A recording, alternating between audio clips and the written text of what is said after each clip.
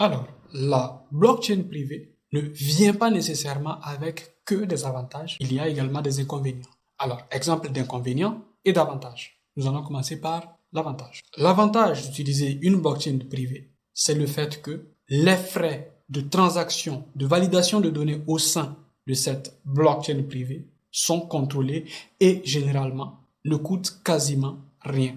Donc, on peut y déployer un contrat intelligent massif. Cela, en principe, ne nous coûtera pas trop cher. Pour dire, ne nous coûtera quasiment pas beaucoup.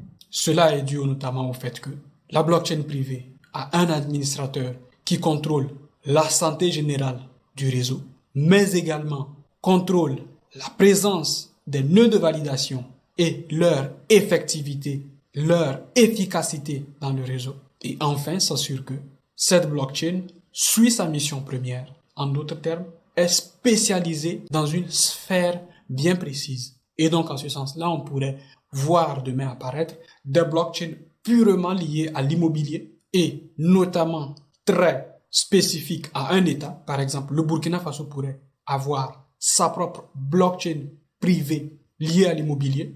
Un privé pourrait se permettre, s'il a des centaines, voire des milliers d'appartements, de les tokeniser, donc en ayant sa propre blockchain privée. L'autre chose, c'est qu'on pourrait voir apparaître des blockchains appartenant à des ensembles de professions. Par exemple, une blockchain uniquement faite pour le notariat, une autre uniquement faite pour les avocats en droit ou ADA, etc., etc.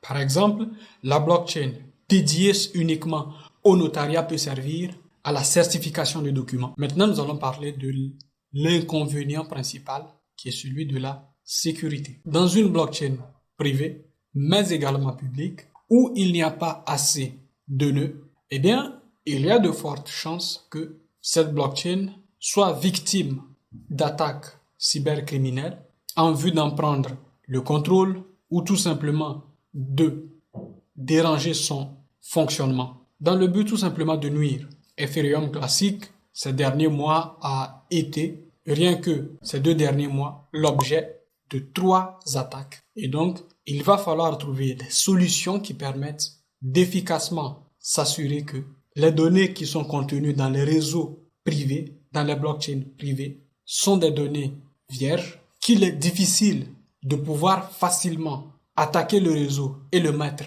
HS, et qu'enfin, même si le réseau était HS, il serait toujours possible de pouvoir récupérer la totalité, sinon une bonne partie du réseau. Je vous renvoie notamment à ma vidéo sur la sécurité au sein des blockchains et notamment des blockchains privées. Je vous remercie de m'avoir suivi jusqu'au bout. Si vous voulez en savoir plus sur les blockchains, le contrat intelligent et surtout les blockchains privées, eh bien, vous pouvez cliquer tout simplement sur le lien en description où vous aurez accès à des formations sur le contrat intelligent, sur les blockchains privées et publiques. N'hésitez pas à laisser des questions en commentaire et moi je vous dis à demain pour une nouvelle réflexion.